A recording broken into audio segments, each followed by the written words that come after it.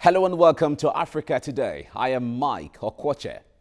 In a profession where silence is not golden, hundreds of journalists from the British Broadcasting Corporation and other news organizations recently held a silent protest in London in support of 3 Al Jazeera reporters jailed in Egypt. Peter Greste, Mohamed Fahmy and Baha Mohammed were sentenced to jail between 7 and 10 years for what the Egyptian authorities referred to as spreading false news and being a threat to the country's national security. In a case that had attracted international condemnation, many say state authorities have failed to produce a single shred of solid evidence. What are your thoughts on the plight of journalists across Africa? You can share your thought with us on Twitter at TVC Africa Today or send an email to africatoday@tvcnews.tv. We'll take this report and Africa Today continues. Thanks for joining us. Journalists all over the world have protested against the sentences handed by the Egyptian authorities to 3 Al Jazeera journalists. The sentencing of the journalists on terrorism-related charges brought a landslide of international condemnation. These men shouldn't be in prison in the first place, and they should be released. They're prisoners of conscience. I think anyone watching the trial will see that. I think many people will remember the sight of Mohamed Fahmy being dragged screaming from the defendant's cage on Monday. You know, Egypt's constitution was supposed to enshrine free expression. I think anyone watching the decisions over the last few days will wonder whether it's worth the paper that it's written on. Rights groups described a 5-month trial as a sham, with no evidence presented to back the charges against them. I don't know how the judge came to that decision. I'd be very interested to hear his reasons for giving that verdict. It doesn't make any sense. Egyptian President Abdel Fattah el-Sisi said he would not interfere in court rulings, rebuffing calls from the United States and other Western governments that he should pardon the journalists or commute the sentences. Greste and Egyptian-Canadian Mohamed Fahmy each got 7-year terms in a Cairo court, while Egyptian producer Baha Mohammed received 2 sentences of 7 and 3 years. Cairo, however, insisted its judiciary enjoys full independence and that the convicts in Monday's case still have the right to appeal. Amina Hamid, Africa Today. Now, the future of 3 Al Jazeera journalists jailed in Egypt looks more bleak by the day after President Abdel Fattah el-Sisi refused pleas to intervene for their release on compassionate grounds. Now, joining us on Africa Today, we have Dr. Issa Momo, Director, School of Media Communication at the Pan-Atlantic University in Nigeria. You're welcome to Africa Today. Thank you very much. You're welcome. All right, and also Hugh Miles, an international journalist and political analyst, will be joining us on Skype from Egypt as the show goes on. Now, you've been monitoring the process of the court in Egypt, and as the case may be. This is another blow to press freedom in Africa. What's your analysis? Certainly, a blow to press freedom, not just in Africa, but in the world. A blow to freedom of speech all over the world. Right. A blow to the natural talent of communication, right. Speaking out in the face of oppression. But my comment is that you cannot conquer truth. You cannot silence the people. You cannot remove power from the source of power, because power belongs to the people. And the basic way they express it is by speaking.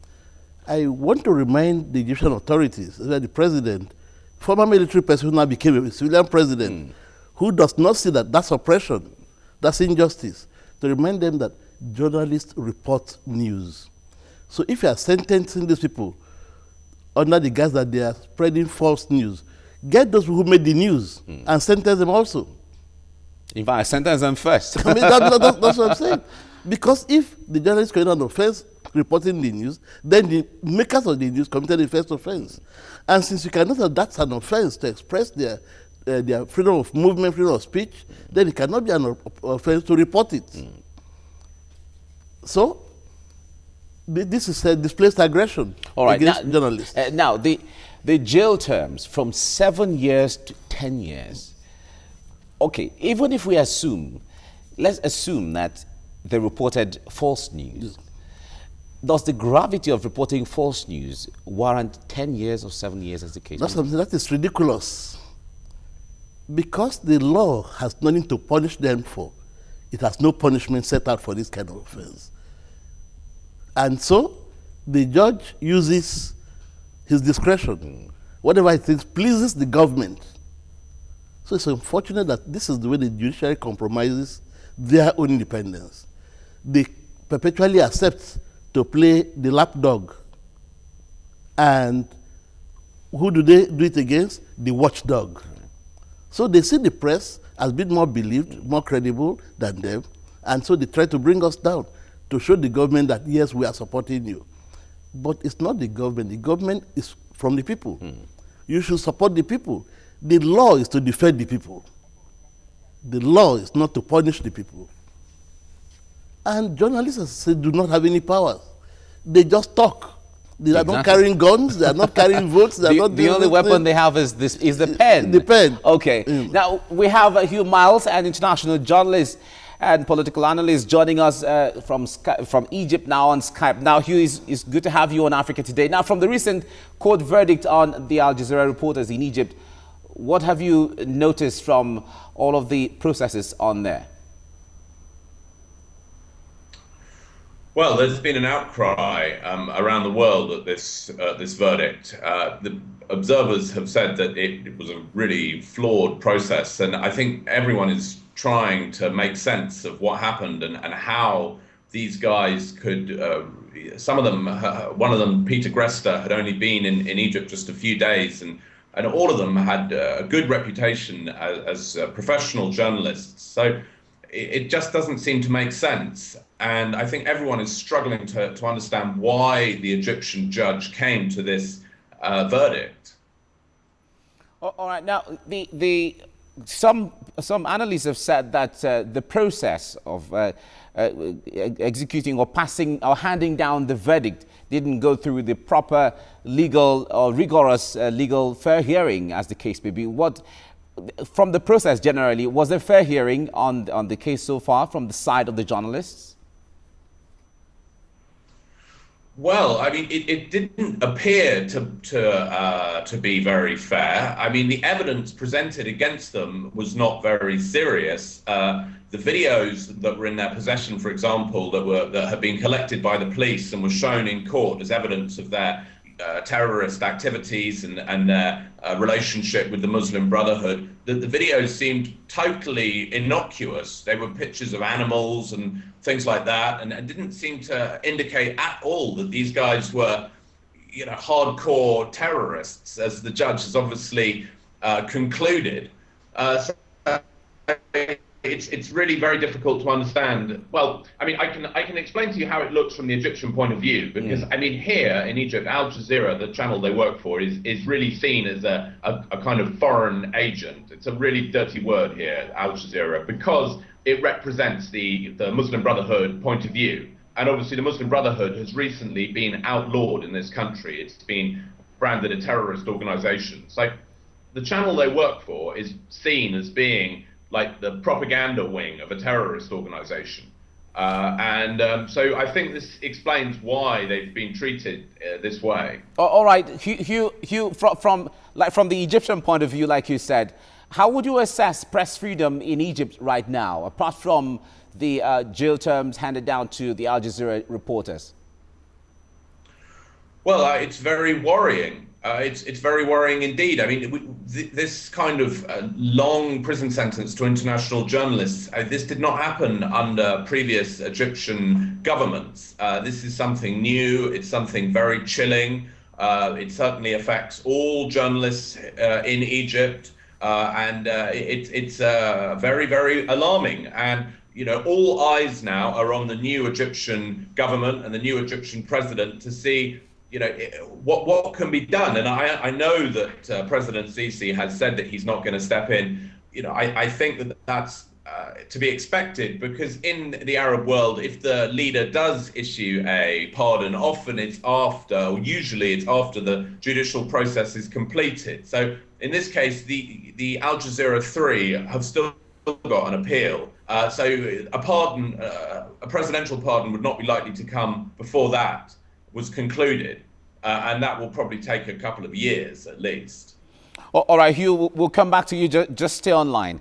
Now, the press is an example, or is a model when it comes to a true democracy, because they enhance a decent society and a transparent society, so to say. But from this case now, what kind of impact would it have on the new democracy in Egypt? This clearly indicates that there's no democracy in Egypt. Democracy has not been born yet. Of course, we said it from the word go, that when the Muslim Brotherhood took over, that was a stillbirth for democracy.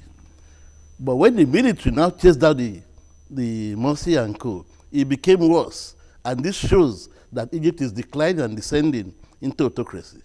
Of course, what do you expect of a military man that converts to a civilian president? So he cannot give birth to democracy.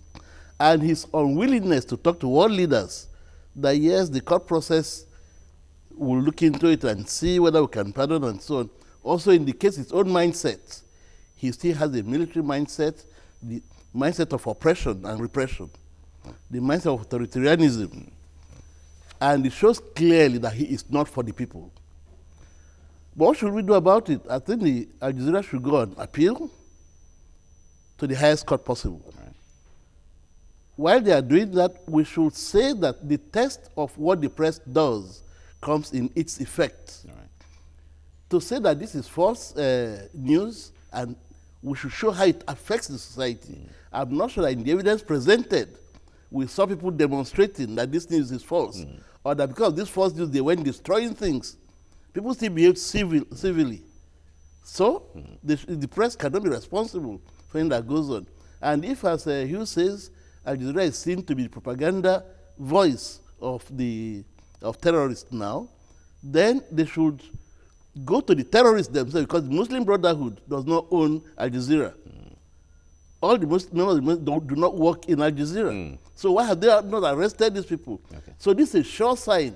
The Egyptians should take note, should take a warning that this government is coming after them. But it's regrettable. All right, but this is certainly not just about Egypt. Now, recently, just a few days ago, a media house was closed down in Uganda for airing the president.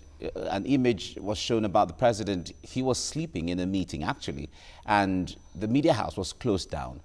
Now, in this kind of scenario, we're not just looking at Egypt, we're looking across Africa. Across the world. In Zimbabwe, it's happened before where media houses fall under the heavy hands of the president because they take up news that the president doesn't like and all of that. Now we can see on our screen now, President Yoweri Museveni in a meeting at the time was sleeping. But if we look across the continent, how would you rate the freedom of journalists and the press on the entire continent, not just in Egypt now? You know, Africa has never had the history of strong democracy, of strong expression. We have always run a gerontocracy where the elders speak for the youth. Right. The youth have no mouth to speak. Of course, women also should not be heard. That's the tradition of Africa. But fortunately, with civilization, we have left those ages behind. We are no longer in the dark ages. What are these showing? Therefore, that we are going back into primitive Africanness. And the world should not stand and see us do that, because all Africans do not want this. President Museveni sleeping. The press report showing him sleeping. Okay. Why have we not punished President Museveni? You get the point I'm making? For sleeping in the meeting? Yes, for sleeping in the meeting. Then you point the press that showed it. For airing it. I mean, it's ridiculous. We'll come back. Africa should think more about that. It's all right. We'll come back to this. Now, many say Egypt's attack on free expression is part of a wider crackdown on dissent that has seen the arrest of not less than 16,000 people, according to government statistics. Now, Amnesty International believes the recent court verdict on the journalists in Egypt is a dark day for media freedom on the African continent. Now, is journalism a crime? That's a question. We'll go on a quick break in Africa Today. We'll be right back. Stay with us.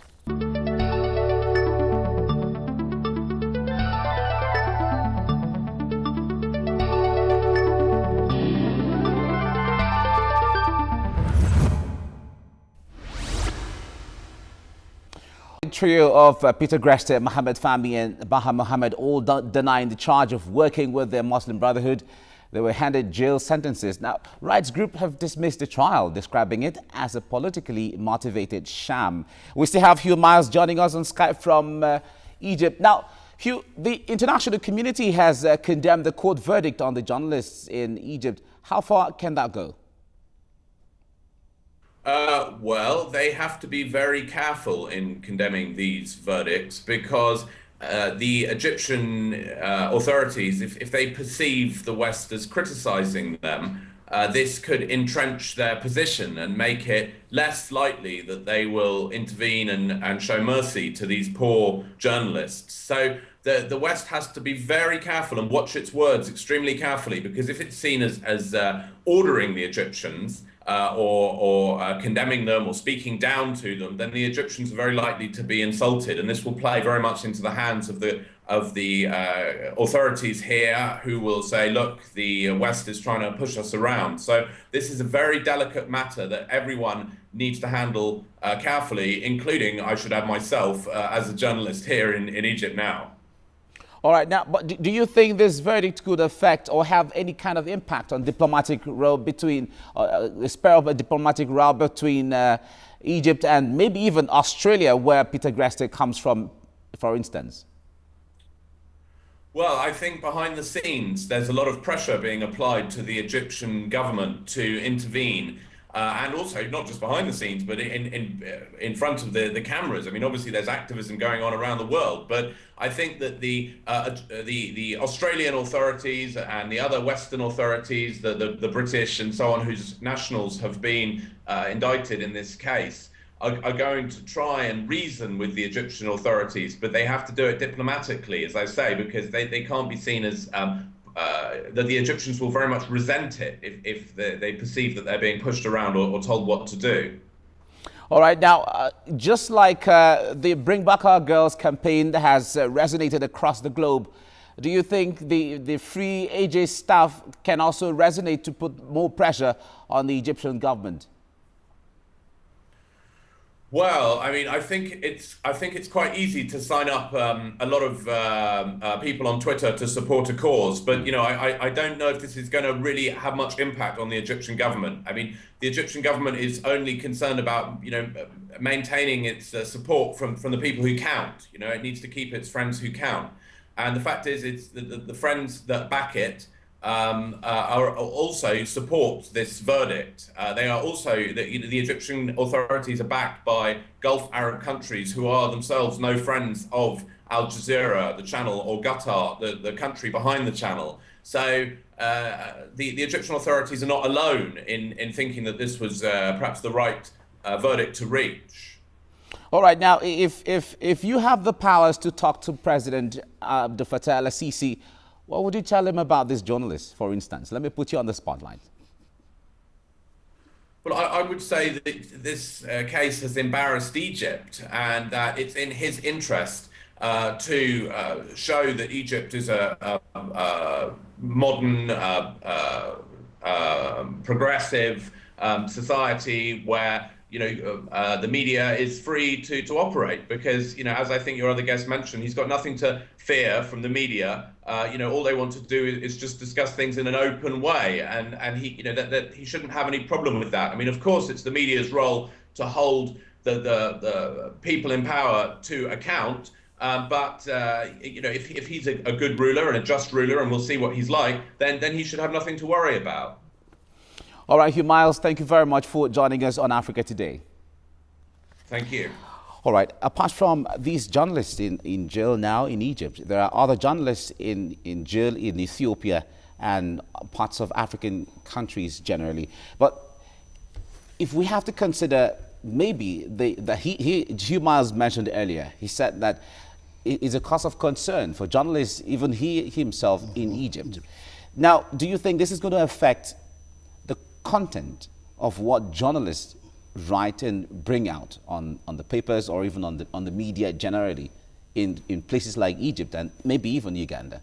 Let me step back a little to say, you asked the question, is journalism a crime? I want to answer, certainly it's a calling, not a crime. Wow. It's a calling to stand between the government and the people. And the people, exactly. To interpret the government to the people and interpret the people and their needs to the government, reminding the government that their first duty is the welfare of the people. Exactly. So that's what journalists will continue to do. Most people in the practice of journalism feel this calling, no matter whose odds is God. They don't care what you do to them, so they feel like martyrs. So if you like, take them, kill them, the truth will still surface from their blood. So nobody's going to step back and begin to write praiseworthy articles for the government. And all governments have realized that in the end, they need the media to talk to the people. And if you make the media not believable, whatever you say to the people through the media becomes not believable. So in the end, it's government that is hot. So if this president knows that, he will know that it's in his interest to get the media on his side. And this is not how to get the media on his side. And if he leaves the media being on his side, he also loses the people being on his side, who is still governing.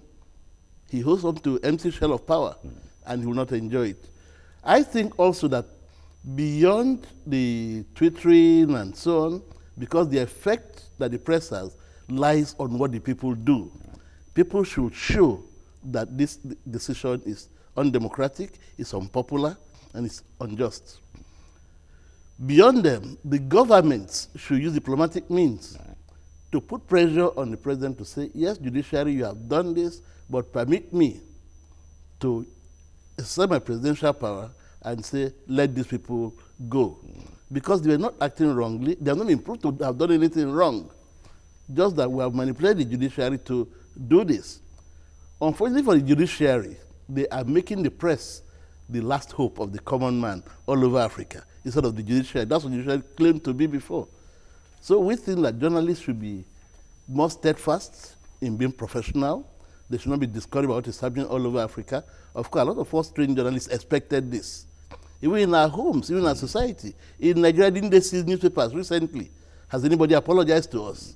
But has that killed the papers? No. Today, the bombing in Abuja, didn't they require the press to shoot it? To let the world know what's happening. Yes. So the press must be there, and the duties of the press must be fulfilled to the best and to the best interests of society. It's all right. Now, the President Abdel Fattah al-Sisi said earlier in a television broadcast that he will not interfere in the verdict of the court, as the case may be. But the voices of the people is quite louder than what the court was saying. Now, should we read his body language as maybe even saying they should be jailed? No, I think that is his first pronouncement. He's in the first few days of his government. Yes. The first 100 days or that kind of thing. And someone will feel that he would have taken the step to make the people happy. That's what I'm saying. So he wants to demonstrate power. Perhaps he will remember Shakespeare that the quality of power of mercy is not strength. So he would, after having said that, say, however, I've had a rethink. This is journalism. And the aim of journalism is to show the people what the government is doing. So whatever we saw as false news was news anyway. So let them go. So that becomes like a warning to the journalists, but it will be more like an invitation to them to say, come, let's parley. Fortunately, my advice is the press will parley with you, but the press will not compromise with anybody, any leader in Africa. Because as I say, sovereignty belongs to the people. You don't rule over empty regions and places and say you are power. He has to view over people. Yes. It's all right. But what do you think should be the proper reaction from the international community that will send the right signals that are also not confrontational necessarily? And I think they should be confrontational. Okay. They should criticize this fractionalization of democracy.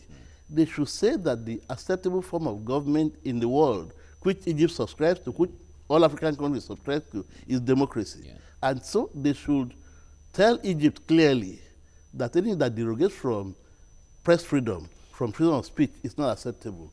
Not just the government, the United Nations should come into this and say, hey, we had the Freedom of Expression Act signed and by all countries since about 1963. We cannot be going back there now. The OAU was formed in 1963, and we are proud that we've made progress up to African Union. What are you doing? So step up your game and become part of the world. Otherwise, Africa will go back to be a dark continent and a continent that has no role to play. It's all right. So everybody should rally around this and see it as an occasion to tell Africa, please become a part of this international community of civilized world. Okay. Thank you very much, Dr. Mamo, for coming on Africa Today. Much. Thank you. We also thank Hugh Miles for joining us earlier on from Egypt. Now, for many, the way to define a decent society in any part of the world is through freedom of the press and an open, transparent, and fair judicial system. It is believed that Egyptian authorities are not only robbing the jailed Al Jazeera reporters of their freedom, but sending a wrong message to the international community.